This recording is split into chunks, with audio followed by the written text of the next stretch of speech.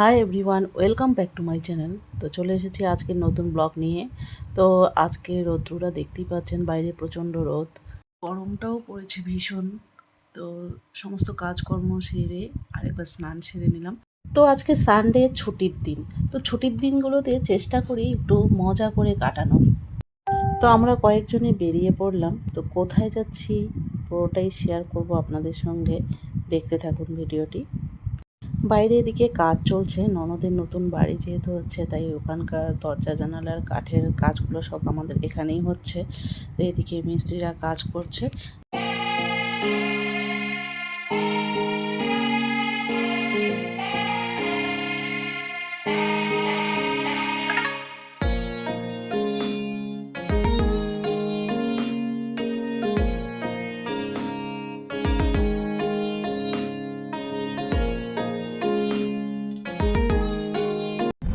Hello বন্ধুরা, আজকে আমরা সিনেমা দেখতে যাচ্ছি। সিনেমা দেখার হলটা কিন্তু আমাদের সোনাইবাড়ির রাস্তা দিয়ে যেতে হয়।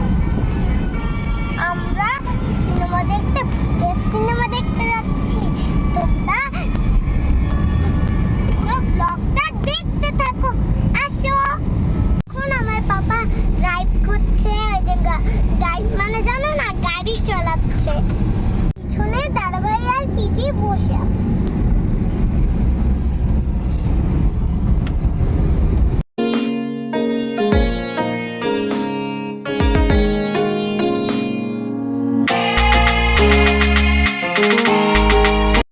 তো এখন আমরা চলে এসেছি কোচবিহারের SVF সিনেমা হলের সামনে।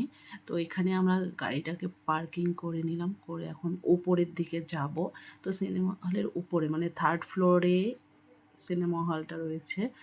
সামনের দিকটাতে রয়েছে ট্রেন্ডস আর ম্যাক্স শপিং মল। আর তো আমরা গাড়ি পার্কিং করে পিছনের দিক দিয়ে গিয়ে লিফটে করে চলে যাব সিনেমা হলের ওখানে। আর এখানে ঢুকতে না ঢুকতেই মেয়ে ওয়াও ওয়াও শুরু করে দিয়েছে, তার কারণ এখানে প্লে স্টেশন রয়েছে, এখানেও খেলাধুলা করবে। আর এই কারণে আমরা একটু আগেই এসেছি। আগে একবার আমরা এসেছিলাম, ওই সময় ও মেয়েকে নিয়ে আসেনি, ওই সময় ও দাদা ভাই মানে আমার ননদের ছেলেকে নিয়ে এসেছিলাম। তো এখানে এসে ও বাইকে গেমগুলো খেলছিল, তো সেগুলোর ফটো ছিল। তো সেগুলো পরে মেয়ে যখন দেখেছিল, এর জন্য খুব কান্নাকাটি করছিল যে ওকেও নিয়ে আসতে হবে। এই কারণেই ওকে নিয়ে আসা এখানে। নিয়ে আসা, ও একটু খেলবেও, আর অনেক দিন থেকেই সিনেমা দেখবে একটা বায়না। তো এই কারণে নিয়ে এসেছি। কিন্তু সব সময় তো আর সব ধরনের সিনেমা ওদেরকে দেখানোও যায় না, যেহেতু বাচ্চা। তো এবারের সিনেমাটা বাচ্চাদের দেখার মতো, আর সবাই মিলে দেখা যাবে সেরকম ধরনেরই সিনেমা। এই কারণেই ওকে নিয়ে এসেছি। শোয়ের টাইম হলো 2:15।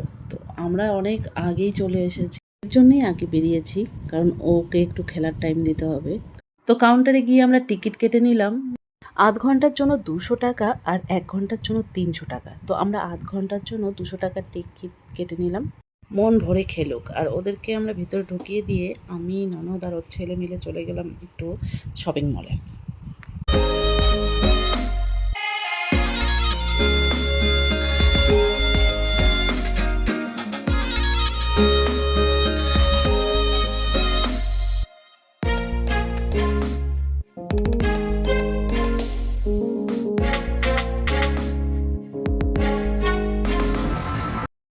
আর এই সিঁড়ি দিয়ে উপরে গেলেই রয়েছে একটা বড় রেস্টুরেন্ট।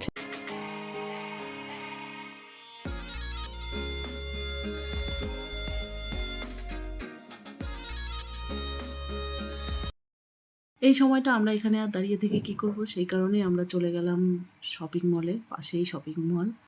আধা ঘন্টা কমপ্লিট হওয়ার পর মেয়েকে নিয়ে মিস্টার আয়ও চলে এলো শপিং মলে। তো এরপর শপিং করে আমরা আবার চলে যাব এখন সিনেমা হলের দিকে। তো এর টাইম হয়ে গেছে। তো শপিং যা যা করেছি সেগুলোর ব্যাগগুলো রেখে দিলাম, গাড়িতে রেখে আমরা চলে এলাম সিনেমা হলে। তো ভেতরে ঢুকে পড়েছি। তো ভেতরে ঢুকেই মেয়ের প্রথমে লাগবে পপকর্ন, তো ওর জন্য পপকর্ন কিনে নিয়ে নিলাম। কিনে নিয়ে এখন আমরা ভেতরে ঢুকবো। এর আগে কখনো মেয়েকে নিয়ে আসিনি, এবারই ফার্স্ট টাইম নিয়ে এসেছি। একটু টেনশনে ছিলাম যে অন্ধকার দেখে ভয় পায় নাকি আবার, কিন্তু না, ও আসার পর দেখে আর ভয় পাচ্ছে না। দিব্যি যাচ্ছে, সুন্দর সিঁড়ি দিয়ে হেঁটে হেঁটে যাচ্ছে। আর আগের থেকেই ওকে একটু প্রিপেয়ার করে নিয়ে এসেছিলাম যে ওখানে গেলে অন্ধকার হবে, ভয় পাওয়া যাবে না।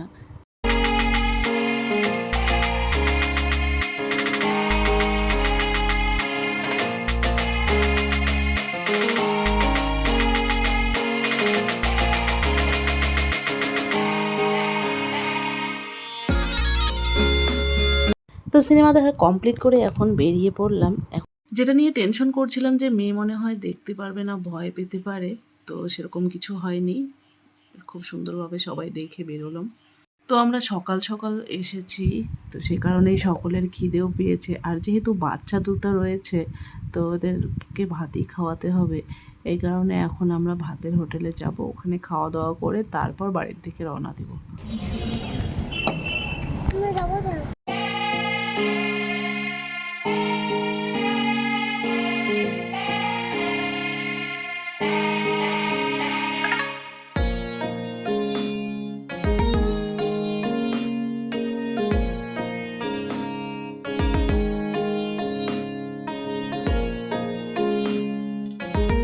এই যে আমরা খাওয়ার হোটেলে পৌঁছে গেছি। এই যে আমার পিপি, এই যে আমার দাদা, এই যে পাপা, এই যে আমার মা। দেখ কেমন করে আমি দেখা।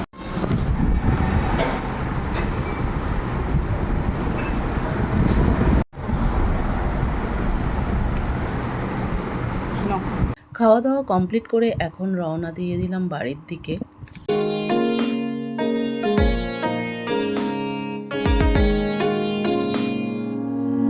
তো এখন চলে এসেছি বাড়িতে, এখন ভেতরে ঢুকবো।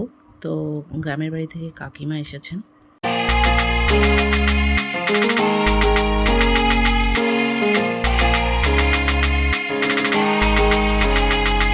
আমার শ্বশুরমশাই সকালবেলায় ছাতু খান, আর ননদের ছেলে মানে ভাইগনাও দুধের সঙ্গে ছাতু মিশিয়ে খায়। তো সেই ছাতু আমরা বাড়িতেই বানিয়ে থাকি। বাড়িতেই আমরা ভুট্টা, ছোলা, চাল, গম সমস্ত কিছু কিনে, আরও ওখানে বাদাম দিই। তো সেগুলো কিনে ভালো করে ধুয়ে শুকিয়ে তারপর একটু ভেজে নিয়ে ওগুলোকে হয় মেশিনে গুঁড়ো করে নিয়ে আসি বা বাড়িতেই মিক্সিতে গুঁড়ো করি। তো এবারে একটু পরিমাণটা আমরা বেশি করে করেছি, তাই মিক্সিতে করা যাবে না, বাইরেই মেশিন থেকে করে আনতে হবে। কিন্তু এখানকার মেশিনগুলো কী হয়েছে, এখন আর কোনো কিছুই গুঁড়া করে না, মেশিনগুলো বন্ধ হয়ে গেছে। গ্রামে অবশ্য মেশিনের অভাব হয় না, গ্রামে এখনও অনেক অ্যাভেলেবেল মেশিন রয়েছে যেগুলোতে গুঁড়ো করা যায়। আমরাও এর আগের বার মেশিন থেকেই ছাতু গুঁড়ো করে এনেছিলাম, কিন্তু এবারে জানা গেছে যে মেশিনটাই বন্ধ হয়ে গেছে। তো আমাদের কোর্টে একদিন দেখলাম যে একজনে একটা বাইকের মধ্যে মেশিন লাগিয়ে ছাতু গুঁড়ো করে দিয়েছেন। তো ওনার নাম্বারটা আমি নিয়ে রেখেছিলাম, তো ওনাকে ফোন করে দিলাম, উনি বাড়িতে এসে আমাদের ছাতুগুলো বানিয়ে দিয়ে গেলেন।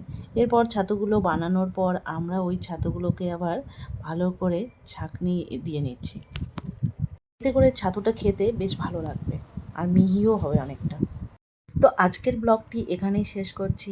ব্লগটি কেমন লাগলো অবশ্যই কমেন্ট করে জানাবেন, আর চ্যানেলটি সাবস্ক্রাইব করে পাশে থাকবেন। সকলে আপনারা সুস্থ থাকবেন, সাবধানে থাকবেন, ভালো থাকবেন। ফিরে আসছি আবার নতুন ব্লগ নিয়ে। আজকের মতো টাটা, বাই বাই।